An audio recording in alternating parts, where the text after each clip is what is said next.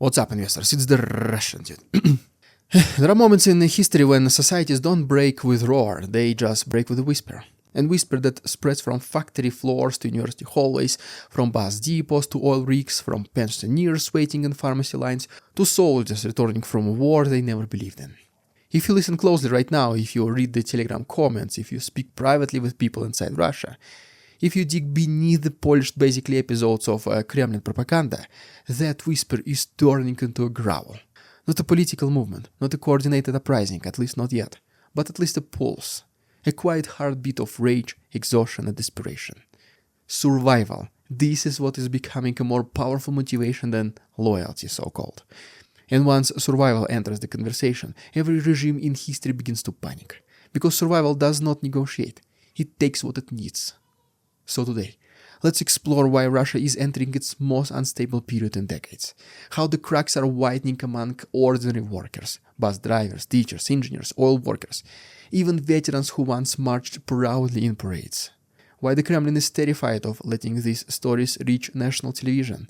And why every single revolution in Russian history started exactly in the very same exact manner. Unnoticed, underground, ignored, until it was way too late. The myth of modern Russia is built not on prosperity but on silence.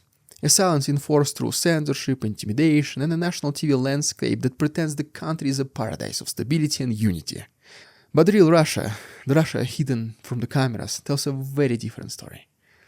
Bus drivers, for example, in regional cities staging collective sick days because they simply cannot afford fuel for their own cars. Teachers being forced to take unpaid workdays, while government officials receive new luxury SUVs as quarterly bonuses. Oil workers complaining that their shifts have doubled, their pay has been delayed, and that their friends are disappearing quietly into military recruitment vans parked right behind the refineries. Or even veterans returning home only to discover that the benefits they were promised exist only on paper. And then they just got replaced by bureaucratic maze designed to exhaust them into silence rather than just hunt for the thousands of rubles they were promised. And the most frightening detail for Kremlin, none of this unrest is political. These people are not shouting slogans or waving flags. They're simply saying, enough. Enough of poverty, enough of lies, enough of being used as disposable tools in somebody else's imperial fantasy. This kind of anger is harder to control because it has no leaders. No central organization, no ideology, pretty much not a singly real person to punish. It's just everyone. It spreads like a fungus through conversations in kitchen tables, through messages in private chats, through late-night arguments in factory break rooms. And the Kremlin, once again, they can arrest activists, it can silence journalists, it can even ban parties and exile opponents. But it cannot arrest an entire nation whispering in unison. And that whisper is getting louder. You hear it when grandmothers complain that their pensions no longer cover basic food. You hear it when workers joke darkly that the safest place in Russia is prison, because at least prisoners are guaranteed meals, roof over their heads and beds to sleep. You hear it when veterans say that they regret ever signing even a contract in the first place, not because they oppose the war, but because they finally understand the regime they were fighting for. This is not about ideology anymore, it's never even been in the first place. This is about survival. And once survival becomes a question, loyalty becomes optional. What we are seeing right now is not something happening for the first time. History tends to repeat itself, right? And it never bends to the will of people who think that this time will be different. Let's talk about unmistakable similarities of the past and the present in our next chapter. Russia has always prided itself on defeating external enemies, but it is the internal ones that have brought down every single empire that ever ruled this land. And if you compare today's tension to the great turning points of the past, the parallels are impossible to ignore. Take, for example, 1905 revolution. It did not begin with a battle or a manifesto. It started with, workers just striking because they could not afford to live, because their houses were unbearable, because their hours, are unbearable, because their bosses squeezed them dry. Sounds familiar, right? And I'm still talking about 1905, by the way. The unrest grew slowly at first, spreading from one factory to another one until next one, until it eventually erupted into a nationwide crisis that forced the Tsar to make concessions he swore he would never make. Then came 1917, a revolution that ended an empire. Again, not sparked by ideology, but by bread shortages, poverty, and a military stretched to its breaking point. While the elite debated politics, the streets were full of starving civilians watching soldiers return from the front without boots. The regime dismissed these early signs as just isolated disturbances, it will never happen again. They just simply believed that people will eventually calm down. Well, they didn't. Even the fall of the Soviet Union followed the same pattern. It was not ideology that broke the USSR. It was the empty shells you all know, guys, about. The unpaid wages, the corruption everyone saw but no one could fix. And the simple question that millions ask themselves. Why are we living worse than while other people we can sometimes even see why they live better? Every time the government failed to understand the growing pain of ordinary people, it collapsed. Every time rulers assumed that silence meant loyalty, they discovered, well, too late for them, that silence sometimes means fear, and fear eventually transforms into anger. Today's Russia mirrors all of these warning signs.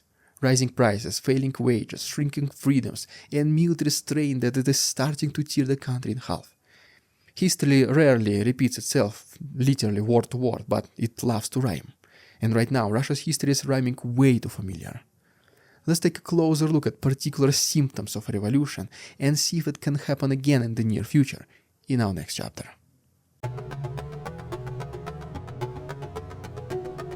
Revolutions don't begin with barricades or gunshots. They begin with symptoms. Subtle, invisible to the powerful, and very obvious to the hungry ones. If you study the anatomy of uprisings, not just in Russia but worldwide, the early indicators are almost always the same. And disturbingly, modern Russia is checking these boxes one by one. Symptom 1. Economic hopelessness. When people feel trapped, when upward mobility disappears, when the dream of a better life is replaced by the fear of losing what little you already have, resentment ferments like poison. This is exactly what is happening across Russia's regions right now. We already talked about it many times. The economy is not collapsing overnight, but it is slowly suffocating. Prices rise, income stagnate, and the only people who get wealthier are those closest to the Kremlin, unless they fall out of the windows. Symptom number 2. Breakdown of trust. The government spends years promising that everything was under control. You heard that, right? That the economy was strong, that the war was going perfectly according to the plan. But as more people experience delays in salary, shortages in medicine, and basic infrastructure falling apart, the gap between official narrative and lived reality has become mile-long. Once trust evaporates, it almost never returns. Symptom 3 then. Fragmentation of elite unity. This one is very subtle but fatal. During stable periods, everyone in power pretends to be loyal. But during internal stress, rival factions start whispering behind closed doors. Generals blame governors blame ministers blame each other. Today's Russia is full of these fractures, from disputes within security services to clashes between regional leaders and Moscow. Chechnya FSB, Kadyrov versus Wildberries owners, you know what I'm about. When the elites stop believing in the leader, the state becomes fragile. And finally, symptom 4. The fear of speaking turns into the need to speak. This is what it means. And this is the most dangerous one for any authoritarian regime. People don't remain silent forever. Eventually the fear becomes unbearable and they start talking. Not publicly, not yet at least, but in private at first.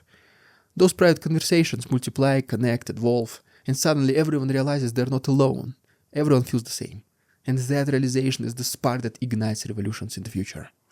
If you look at Russia today, every symptom is confirmed.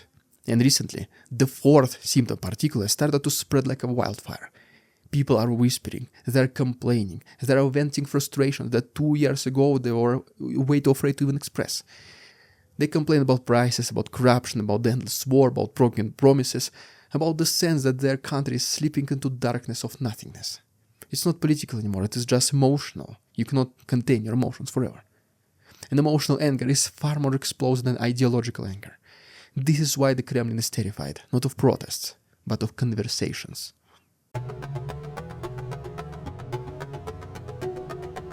The greatest illusion holding Russia together right now is the belief that nothing is happening, that people are calm, that society is stable, that despite all the pressure the nation stands united behind the leadership. Sounds exactly what most people, probably even you, think right now, right? But this illusion survives only because the media strictly controls what the public sees. The Kremlin cannot afford to show dissatisfaction. They cannot show bus strikes in Yekaterinburg or oil refinery walkouts in Surgut. They cannot show teachers demanding of reduced salaries or veterans protesting broken promises. They simply cannot show mothers begging for news about sons who vanished into mobilization. I mean, then nobody would volunteer anymore if there's any volunteers left, right? So the unrest remain hidden, but hidden does not mean non-existent. In fact, it means something even more dangerous, something that grows without supervision, without moderation, without control. Everything that is happening right now mirrors the earliest stages of revolution, the underground stage, the stage where people complain quietly but think loudly. You don't see protests because state crushes them before they even form. You don't see organization because organizing is a crime. At least in Russia. But resentment is growing anyway. And resentment that cannot speak publicly learns to grow privately and more intensely. This is why exactly revolutions usually surprise the very governments they overthrow. Because by the time the rulers notice the signs, the momentum has been already built. The dissatisfaction is already deep. The conversations have already connected. The quiet individuals who once felt powerless suddenly look around and realize that millions feel exactly the same way they do.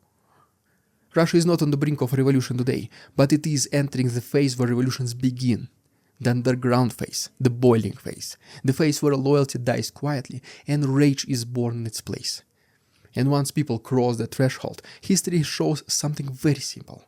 That no amount of propaganda, police or threats can force a population to love a government they increasingly blame for their suffering. Russia today is not exploding yet, it is swelling, expanding, filling with pressure that has nowhere to go but outward. Every revolution begins exactly like this, not with fire, but with frustration, not with protests, but with conversations, not with outrage, but with exhaustion. History has a very cruel memory. It never forgives leaders who ignore the suffering of their own people. And if the Kremlin continues pretending everything is fine, then someday, maybe and hopefully soon, well, maybe later, the silence they rely on so heavily will become the very force that brings them down. The whisper has already begun. The only question left is how loud it will grow. Well, there you have it, guys. If you haven't done so already, please subscribe to my channel for more just like this. If you wish to support our work, the link is down below. For example, Patreon memberships, where, by the way, there is an additional chapter at the end of this episode. Please go ahead and watch it. Thanks so much for watching. See you tomorrow.